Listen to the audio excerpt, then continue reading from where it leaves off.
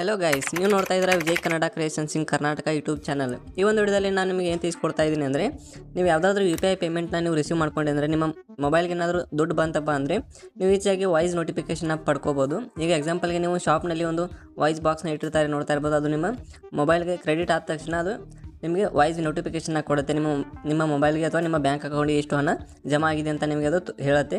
ಅದೇ ರೀತಿ ನಿಮ್ಮ ಮೊಬೈಲ್ನಲ್ಲಿ ನೋಟಿಫಿಕೇಷನ್ ಬರೋ ರೀತಿ, ನೀವು ವಾಯ್ಸ್ ನೋಟಿಫಿಕೇಷನ್ ಬರೋ ರೀತಿ ಯಾವ ರೀತಿ ಸೆಟ್ ಮಾಡ್ಕೊಳ್ಳೋದು ಅಂತ ವಿಡಿಯೋದಲ್ಲಿ ತಿಳಿಸ್ಕೊಡ್ತಾ ಇದ್ದೀನಿ.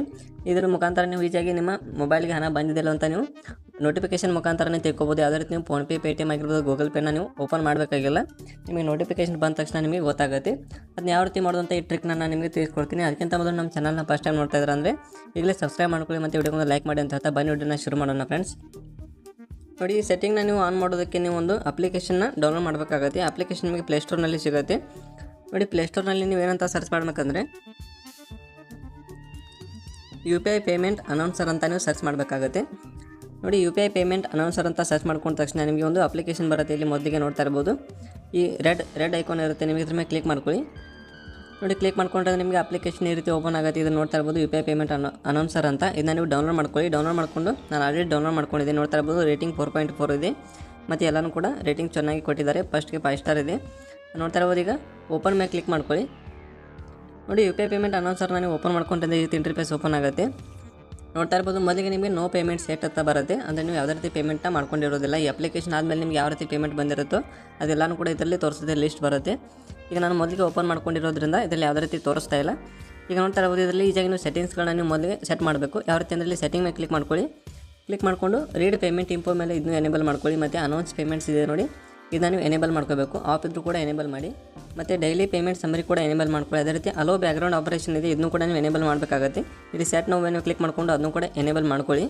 ಅದಾದ ತಕ್ಷಣ increase volume to max during announcement ಅಂತ. ನಿಮ್ಗೆ ಏನಾದರೂ ಅನೌನ್ಸ್ಮೆಂಟ್ ಮಾಡುವಾಗ ಮ್ಯಾಕ್ಸಿಮಮ್ ವಾಲ್ಯೂಮಲ್ಲಿ ನೀವು ಏನಾದರೂ ಇದು ಪ್ಲೇ ಆಗಬೇಕಪ್ಪ ವಾಯ್ಸ್ ಅಂದರೆ ಇದನ್ನ ಎನೇಬಲ್ ಮಾಡ್ಕೊಳ್ಳಿಲ್ಲ ಅಂದರೆ ನಿಮಗೆ ಮೀಡಿಯಾ ವಾಲ್ಯೂಮ್ ಯಾವ ರೀತಿ ಇರುತ್ತೋ ಅದೇ ರೀತಿ ವಾಯ್ಸ್ ಬೇಕಂದರೆ ಹಾಗೆ ಬಿಟ್ಬಿಡಿ. ಮತ್ತು ಇನ್ಕ್ಲೂಡ್ ಸೆಂಡರ್ ನೇಮ್ ಅಂದರೆ ಇದನ್ನು ನೀವು ಏನಾದರೂ ಎನೇಬಲ್ ಮಾಡ್ಕೊಂಡ್ರಿ ಅಂದರೆ ನಿಮ್ಮ UPI ಪೇಮೆಂಟ್ ರಿಸೀವ್ ಆದ ತಕ್ಷಣ ಅವ್ರು ಯಾರು ನಿಮಗೆ ದುಡ್ಡನ್ನು ಹಾಕಿದಾರೋ ಅವ್ರ ನೇಮ್ ಕೂಡ ಹೇಳುತ್ತೆ, ಅನೌನ್ಸ್ ಮಾಡುತ್ತೆ. ಅವ್ರು ಯಾವ ರೀತಿ ಅವರ ನೇಮ್ ಇರುತ್ತೆ ನೋಡಿ, ಅವರ ಬ್ಯಾಂಕ್ ಅಕೌಂಟಲ್ಲಿ ಅದೇ ನೇಮ್ನಲ್ಲಿ ಅನೌನ್ಸ್ ಮಾಡುತ್ತೆ. ಇದೊಂದು ಬೆಸ್ಟ್ ಆಪ್ಷನ್ ಅಂತ ಕೂಡ ಹೇಳ್ಬೋದು. ನೀವು ಬೇಕಾದ್ರೆ ಒಂದು ಸಲ ಟ್ರೈ ಮಾಡ್ಕೊಳ್ಳಿ. ಅಪ್ಲಿಕೇಶನ್ ಡೌನ್ಲೋಡ್ ಮಾಡಿಕೊಂಡು ಬೇರೆ ಯಾರ ಕಡೆಯಿಂದ ನೀವು ಅಮೌಂಟ್ನ ರಿಸೀವ್ ಮಾಡ್ಕೊಳ್ಳಿ. ಅದಾದ ತಕ್ಷಣ ನಿಮಗೆ ಅದು ವಾಯ್ಸ್ ನೋಟಿಫಿಕೇಷನಲ್ಲಿ ಅವ್ರ ನೇಮ್ನ ಹೇಳುತ್ತೆ. ಮತ್ತು ಹಾಗೆ ಕೆಳಗಡೆ ಬಂದರೆ ಲ್ಯಾಂಗ್ವೇಜ್ ಟು ಸ್ಪೀಕ್ ಇನ್ ಅಂತ ಇದೆ, ನೋಡ್ತಾ ಇರ್ಬೋದು. ಇಲ್ಲಿ ನಿಮ್ಮ ಲ್ಯಾಂಗ್ವೇಜ್ನ ನೀವು ಸೆಲೆಕ್ಟ್ ಮಾಡ್ಕೋಬೇಕು. ನಿಮ್ಗೆ ಯಾವ್ದು ಬೇಕೋ ಅದು ಲ್ಯಾಂಗ್ವೇಜ್ನ ಸೆಲೆಕ್ಟ್ ಮಾಡ್ಕೊಳ್ಳಿ. ಇಂಗ್ಲೀಷ್ನಲ್ಲಿ ನಿಮ್ಗೆ ಏನಾದರೂ ವಾಯ್ಸ್ ಬೇಕಂದರೆ ಇಂಗ್ಲೀಷ್ ಕೊಡಿ, ಇಲ್ಲಾಂದರೆ ಹಿಂದಿ ಆಗಿರ್ಬೋದು, ಕನ್ನಡ ಆಗಿರ್ಬೋದು, ಎಲ್ಲನೂ ಕೂಡ ನೀವು ಸೆಲೆಕ್ಟ್ ಮಾಡ್ಕೋಬೋದು. ನೋಡ್ತಾ ಇರ್ಬೋದು, 2 ಲ್ಯಾಂಗ್ವೇಜ್, ಡಿಫಾಲ್ಟ್ ಲ್ಯಾಂಗ್ವೇಜ್ ನಿಮಗೆ ಇಂಗ್ಲೀಷ್ ಕೊಟ್ಟಿರ್ತಾರೆ. ನಿಮಗೆ ಮತ್ತೊಂದು ಯಾವುದೇ ಎಡಿಷ್ನಲ್ ಲ್ಯಾಂಗ್ವೇಜ್ ಬೇಕೋ ಆ ಲ್ಯಾಂಗ್ವೇಜ್ ನೀವು ಸೆಲೆಕ್ಟ್ ಮಾಡ್ಕೋಬೇಕು. ನೋಡ್ತಾರೆ, ನಾನು ಕನ್ನಡ ಸೆಲೆಕ್ಟ್ ಮಾಡ್ತೀನಿ. ನೋಡಿ, ಇಲ್ಲಿ ಇಂಗ್ಲೀಷ್, ಕನ್ನಡ ಅಂತ 2 ಲ್ಯಾಂಗ್ವೇಜ್ ಬರುತ್ತೆ. ಮತ್ತು ಅದೇ ರೀತಿ ಕೆಳಗಡೆ ಬಂದರೆ select apps from which payment info is read ಅಂತ.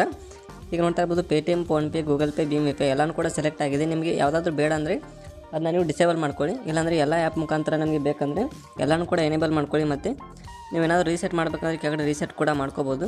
ಇಷ್ಟು ಸೆಟ್ಟಿಂಗ್ನ ನೀವು ಇದರಲ್ಲಿ ಎನೇಬಲ್ ಮಾಡ್ಕೊಳ್ಳಿ ಮತ್ತು ಇದನ್ನು ಯೂಸ್ ಮಾಡ್ಕೊಳ್ಳಿ. ಓಕೆ ಫ್ರೆಂಡ್ಸ್, ನಿಮಗೆ ಇದು ವಿಡಿಯೋ ಹೆಲ್ಪ್ಫುಲ್ ಆಯಿತು ಅನ್ಕೋತೀನಿ.